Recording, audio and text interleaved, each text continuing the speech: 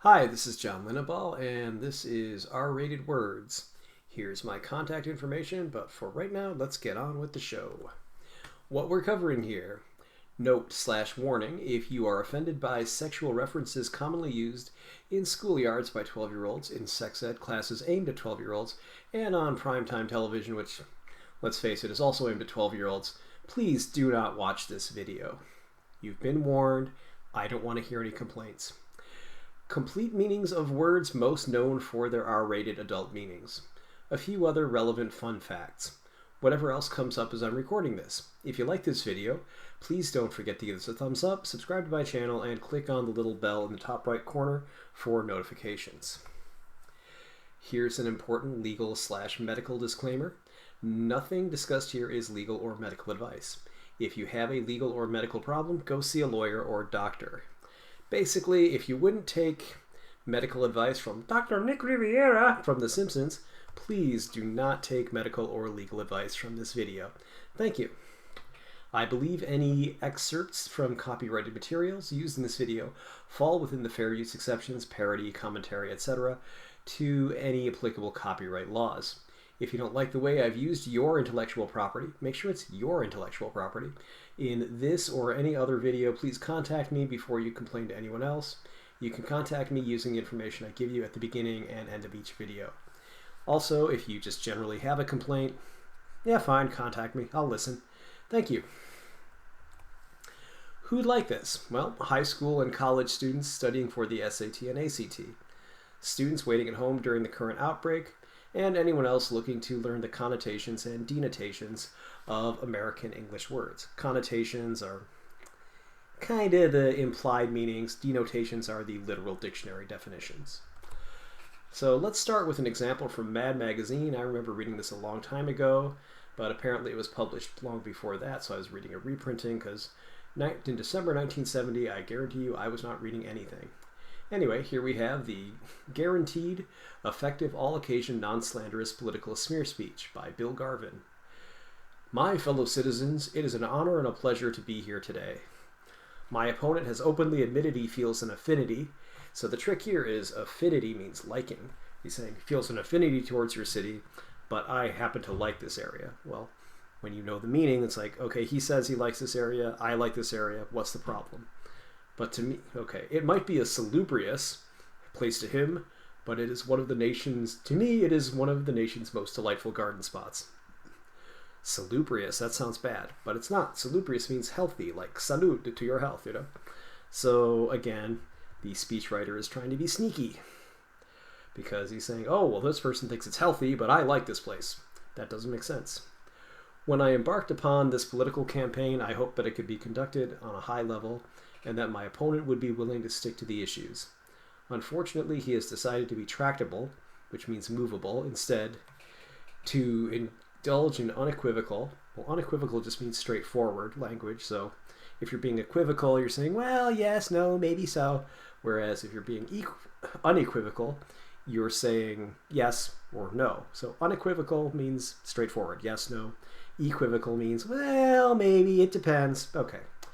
And to eschew, well, eschew means to reject or avoid the use of outright lies. Well, that's good. You don't want to use outright lies in your speeches. And even to make repeated, veracious statements about me. Well, veracious, same root word as very, veritas. That means true statements. So he made repeated true statements about this person. At first, I tried to ignore these scrupulous, unvarnished fidelities. Scrupulous means painstakingly virtuous. So it's good, it's true, it's being good. Unvarnished, think wood that isn't varnished, plain wood isn't varnished. So it means plain, and fidelities, truth. Think like hi-fis. They used to call stereo equipment hi-fi equipment. Because it's high fidelity, it was supposed to reproduce music with very high quality. Now I do so no longer. If my opponent wants a fight, he's going to get one. It might be instructive to start with his background. My friends, have you ever accidentally dislodged a rock on the ground and seen what was underneath? Well, exploring my opponent's background is dissimilar. Dissimilar means not the same. Similar would mean the same. So he's saying, okay, and all that slime and gross stuff you see under a rock, well, my opponent's background is nothing like that. Well, that's good. All the slime and filth and corruption you could possibly imagine, even your wildest dreams, are glaringly non-existent. So ha ha ha, not there in this man's life. And even during his childhood. So, okay, he has a really clean childhood background. Let us take a very quick look at that childhood. It is a known fact that on a number of occasions he emulated older boys at a certain playground. That sounds disgusting. Oh my God, why didn't someone call Child Protective Services? No, emulated means acted like. A lot of very old software for accessing the internet was called terminal emulator software, so your PC would look like the old-fashioned terminals that people could use with old mainframes. All right. It is also known that his parents not only permitted him to masticate means chew, excessively in their presence, but even encouraged him to do so, or urged him to do so. Lots of people's parents encourage the kids to chew their food excessively so they don't choke. Most explicable, which means explainable. Most people would use inexplicable for something bizarre, for something that's not at all bizarre and good. You would say it's explicable. This man who poses as a paragon of virtue exacerbated his own sister while they were both teenagers. Well, exacerbated means made worse, so I'm not even sure what he means. Maybe he means like aggravated, because people usually mistake aggravated and irritated. Anyway, that is just nonsense. It certainly doesn't mean what it sounds like. He did that to his own sister? That's disgusting. No, it doesn't mean that. I ask you, my fellow Americans, is this the kind of person we want in public office to set an example for our youth? Of course. It's not surprising he should have such a typically pristine means pure, background, not when you consider the other members of his family. So here we go with the family. His female relatives put on a constant pose of purity and innocence and claim they are inscrutable. Well, inscrutable means that they're hard to read. It's hard to tell what their emotions are or what they're thinking. So that's not actually bad. Yet every one of them has taken part in a hortatory. Well, hortatory is like exhortations or urging or exhorting people to do things, activities. So, okay, they're trying to talk people into doing things. Like join the recycling team or something, I don't know. The men in the family are likewise completely amenable. Well, that means open to moral suasion. Well, suasion is like persuasion, so okay, they can be persuaded to do moral good things. That's not a bad thing. My opponent's second cousin is a Mormon. Okay, a Mormon is just a member of the Church of Latter-day Saints. That itself is not a flame. Maybe it's supposed to be mistaken for someone who's a moron, which literally means something, somebody who is profoundly mentally retarded. His uncle was a flagrant heterosexual. Okay. In the 70s, 1970 when this is written, a lot of people might have been confused by that term, but yeah, okay, if you're calling someone a heterosexual, it means they're straight, so this guy was attracted to women. His sister, who is also I'll try that again. His sister, who has always been obsessed by sects, okay, S-E-C-T-S means religious groups, once worked as a proselyte. A proselyte is someone who preaches or recruits for religion. That's called proselytizing outside of church. That's where you would expect people to be proselytizing, is outside of church. It doesn't mean the other word that it sounds like. Oh my God, she did that and right outside the church? That's disgusting. No, it means she was recruiting people for her church. His father was secretly chagrined, that is, saddened or upset by, at least a dozen times by matters of a pecuniary nature. Well, pecuniary means financial, so okay, so like a lot of fathers and families, they get upset over financial problems. His youngest brother wrote an essay extolling, that is, praising the virtues of being a Homo sapien. Homo sapiens, a human being. So he's not, he's not talking dirty, he's just talking about being a human being. His great aunt expired from a degenerative disease. Oh my God, she was some degenerate. No. A degenerate just means when things get worse. So a degenerative disease is a disease that gets worse over time. His nephew subscribes to a phonographic. Phonographic means music, like phonograph records magazine. His wife was a thespian. She's a what? No, a thespian's an actor. Before their marriage, and even performed the act in front of paying customers. And his own mother had to resign from a women's organization in her later years because she was an admitted sexagenarian. Well, a sexagenarian is just someone who's in his or her 60s, so maybe there were age limits on the organization. I don't know. Now, what can we say of the man himself? I can tell you in solemn truth that he is the very antithesis, that is, the opposite of political radicalism, economic irresponsibility, and personal depravity. His own record proves that he is frequently discountenanced. Discountenance means that you refuse to look at or you refuse to approve of treasonable, un-American philosophies, and has perpetrated many overt acts as well. Okay, so he's acted against anti-Americanism, so that's acting for Americanism. That's a good thing. He perambulated his infant son on the street. A perambulator is a pram, which is a baby carriage, so you would be expected to perambulate your infant son on the street. He practiced nepotism with his uncle and first cousin. Well, that's preferential hiring, etc. for relatives. That can actually be illegal if it's with government jobs, but if it's your own business, you can pretty much do it all day long if you want. He attempted to interest a 13-year-old girl in philately. Oh my god, that's disgusting. No, philately is stamp collecting. He participated in a seance at a private residence where, among other odd goings-on, there was incense. Well, incense, of course, is that little scented, perfumey sticks that you burn. He has declared himself in favor of more homogeneity on college campuses. That means people being like each other. It's like homogenized milk, where they, disperse the cream all throughout the milk. Today, that might be a little bit of a problem since diversity is usually a very important watchword on most college campuses, but all in all, it's not what it sounds like. He has advocated social intercourse in mixed company. Oh my god! And has taken place in such gatherings himself. I'm so upset I had to clear my throat. Anyway, he had advocated social intercourse. Well, social intercourse is just talking to people, basically interacting with them. It's not what it sounds like. And, so of course he has encouraged that at parties.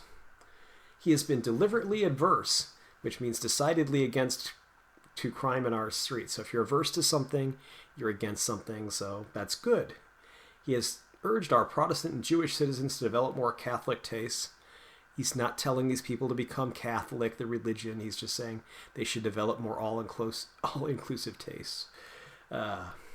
Last summer, he committed a piscatorial, which means relating to fishing, so it doesn't mean he peed off the boat. Act on a boat that was flying the American flag. Yeah, he was fishing. Okay. Finally, at a time when we must be on our guard against all foreign isms, he has coolly announced his belief in altruism, that is, helping other people, and his fervent hope that someday this entire nation will be altruistic. I beg you, my friends, to oppose this man whose life and work and ideas are so openly and avowedly compatible that would be sworn to work with our American way of life. A vote for him would be a vote for the perpetuation, or the continuation, the survival, of everything we hold dear. So, there you have it. A non-defamatory smear speech. So it's how to defame someone without actually defaming them. Defaming somebody is basically saying something bad about them that isn't true. Okay, so here are some more words that sound naughty but mostly aren't. As we just learned, emulate means to act like someone or something. Perambulate means to push someone in a baby carriage, or perambulator, also known as a pram. You can think of the song Camelot and Monty Python, The Holy Grail. I have to push the pram a lot. Okay. Masticate means to chew. Profound means deep. A lot of people mistake that with profane. So somebody said something that they thought was really deep, and I was making fun of them and said, "That's profound." And they said, "It's not profound. It's words of wisdom." But anyway, yeah, so whatever. If you are profoundly mentally challenged, you are really mentally disabled. Licentious, it's a good word to know. Promiscuous and unprincipled in sexual matters. Archaic means, disregarding accepted rules or conventions, especially in grammar or literary style. Taking license, not asking for permission. You can also think of the philosopher John Locke when describing liberty, which is important in American political philosophy. He says liberty is not license. So if you have liberty, you're free, but you have responsibilities. If you have license, you have all the liberty and none of the responsibilities. You're just free to do whatever you want, and regardless of the consequences. So liberty is good, license is bad. Lurid, presented in vividly shocking or sensational terms, especially giving explicit details of crimes or sexual matters. Also artificially intense in color, causing an unpleasant effect. So it reminds me of the song Smut by Tom Lehrer. I'll put a link in the description, basically if I can find it. Anyway, basically it goes, Stories of tortures, great by debauchers, lurid, licentious, and vile, make me smile. So that's in the song Smut. Worth listening to. All right. Sensual words. Diaphanous means very sheer, almost see-through material, kind of translucent. Sybaritic means dedicated to sensuous, self-indulgent luxury, hedonistic. So someone who is sybaritic or hedonistic could be described as a sybarite or a hedonist. Risque means strip. It does not mean risky. When I was about 12-year-old, I just said something was risque, and someone said, "Does that mean risky?" And no, it does not. It means indelicate, or what we might call dirty. And here's a little clip from Adamant. If you think it's cheap or a bit risque, please don't say a word, I'll just slip away. Sensuous. Mine's bigger than that. I beg your pardon? Oh, my cucumber. It's bigger. Vegetables can be really sensuous, don't you think? No. Vegetables are sensual. People are sensual. It means relating to the senses, not the intellect. Sensual, relating to the gratification of the senses, and pleasure. Sensual words continued. All right, well, sensuous and sensual, basically those share the same root sense, which means to arouse the senses. Sensual has referred to gratifying carnal, especially sexual senses since before 1425. Sensuous is believed to have been created by John Milton in 1641 to mean relating to the senses instead of the intellect without the sexual connotation. So we can look at some examples that use our pair strictly. Designer Sack Posen sent out Sensual, Can Girls, and straight out of a vintage Paris review. And then every once in a while, Pauline will recreate one of the sensuous feasts that she and Luciano used to serve to guests seated around a shared table. So here, the feasts are sensuous. The Can Girls are sensual because they're explicitly sexual. And the other one is just appealing to the senses of, gluttony, I suppose. Okay, so perhaps Dean Wormer's wife had it wrong in that clip. Deviated, perverted words. Deviate means deviated septum. Deviate basically just means something that's bent. So if you have a deviated septum in the middle of your nose, you might need a nose job, not just for vanity, but so it's easy to breathe. Of course, that's what everybody who gets a nose job says. Oh, I had a deviated septum. Sure you did.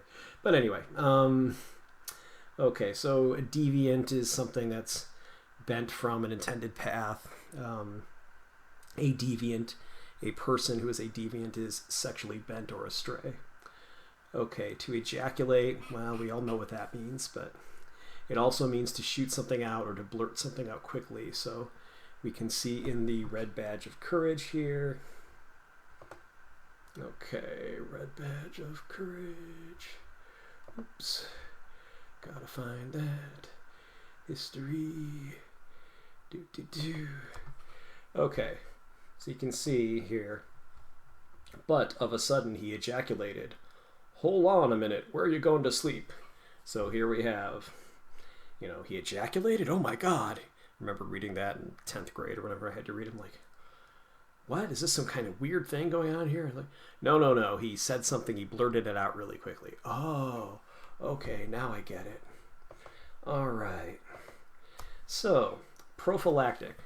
Prophylactics are anything that promote health. Prophylaxis is a kind of, anything that's a prophylactic generally can be referred to as prophylaxis. Usually a prophylactic, people mean a specific kind of prophylactic device, namely birth control, such as condoms and things like that. There are historical reasons that it was illegal to sell those things as birth control, but something like a condom, it's prophylactic, it prevents the spread of disease. So here we see someone making reference to prophylactic, and unfortunately it's to someone who doesn't quite get his meaning. I'd like to buy some prophylactic devices. Now that is what I like to hear. You know what they say, an ounce of prevention. Most young people today are too careless about their bodies.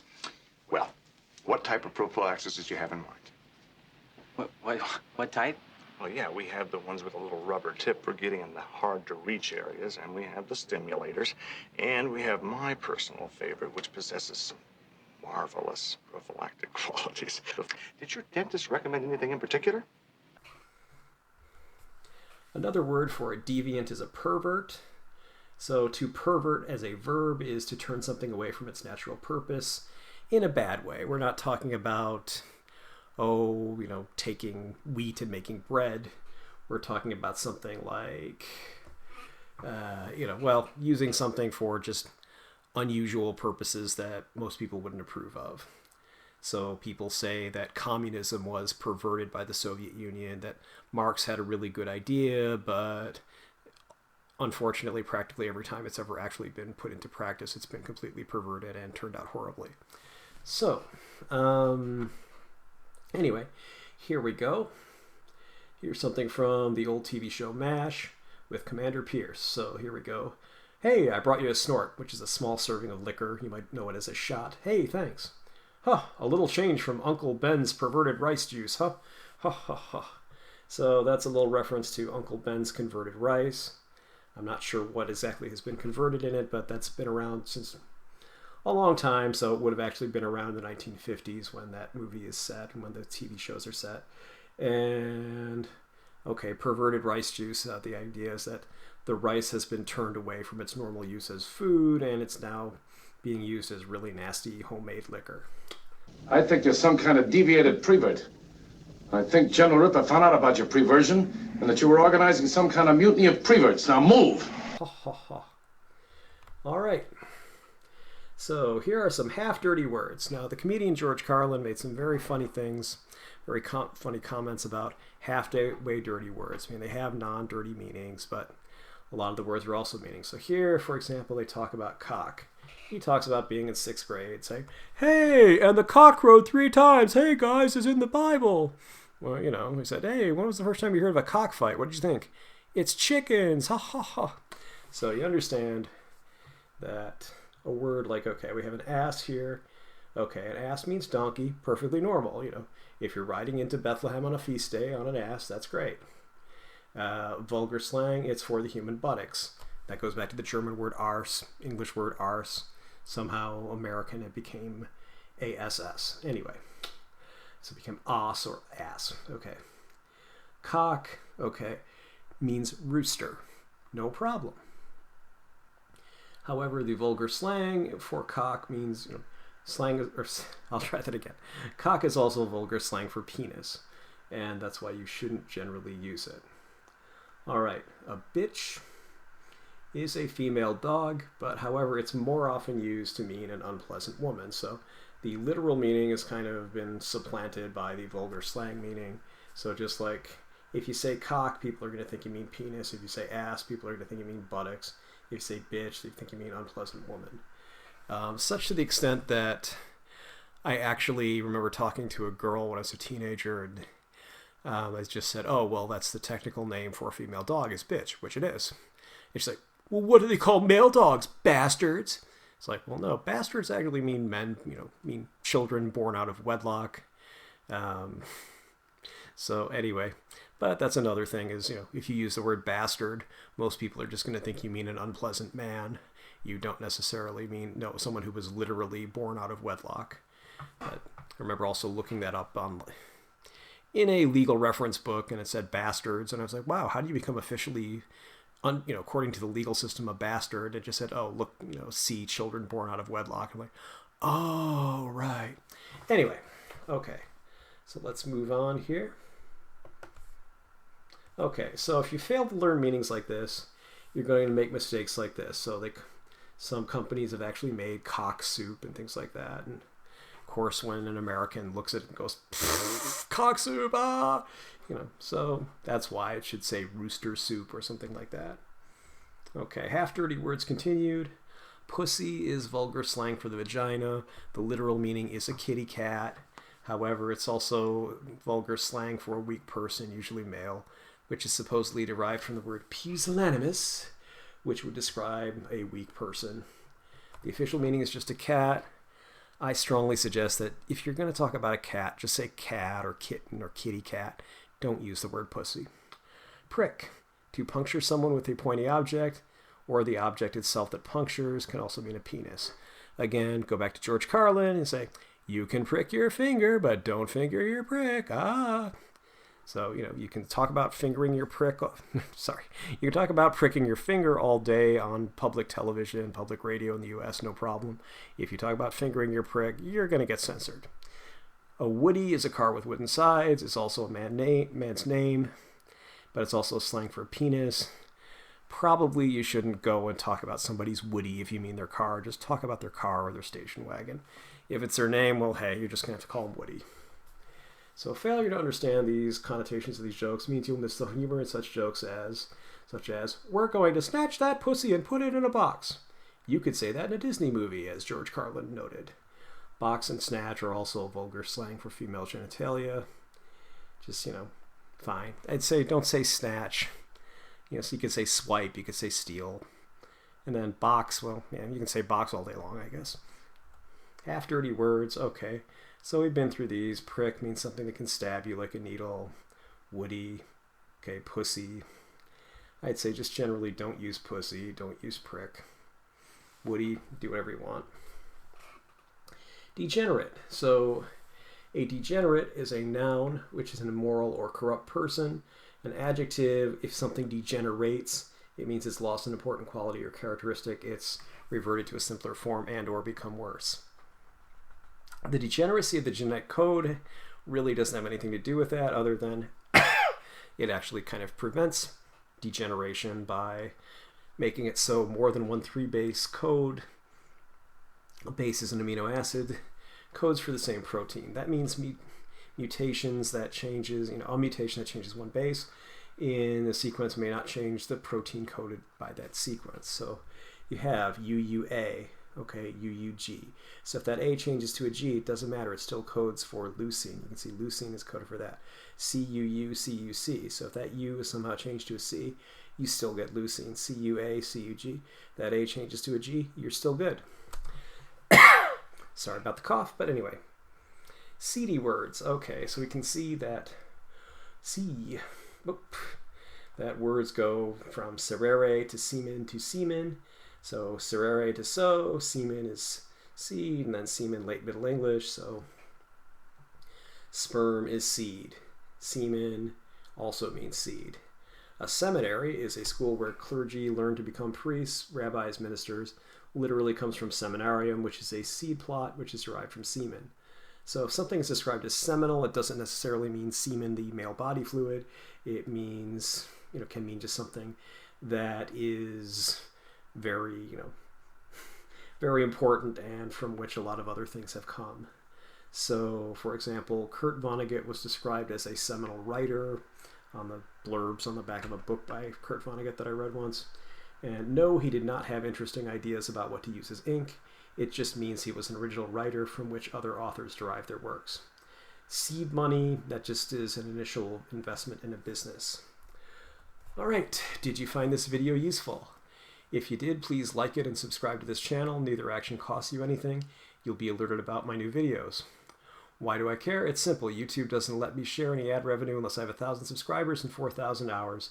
That's 240,000 minutes of view time in a year. While many people are watching these, I don't have 4,000 hours of watch time. I also don't have anywhere near 1,000 subscribers. For the same reasons, you are not only welcome but encouraged to share links to this video, put it in playlists, etc. I'm always happy to read and respond to constructive criticism or suggestions for new videos. I reserve the right to delete comments from and block those who specialize in destructive criticism. Trolls or things that are off topics, spammers and disturbed people. If you want to contact me, you can call me on my cell phone, 415-623-4251. You can text me on my cell phone. You can email me at john@johnlinebaugh.com. You can send mail to 1859 Powell Street, number 109, San Francisco, California, 94133. Thanks for watching. Hope you have a good day.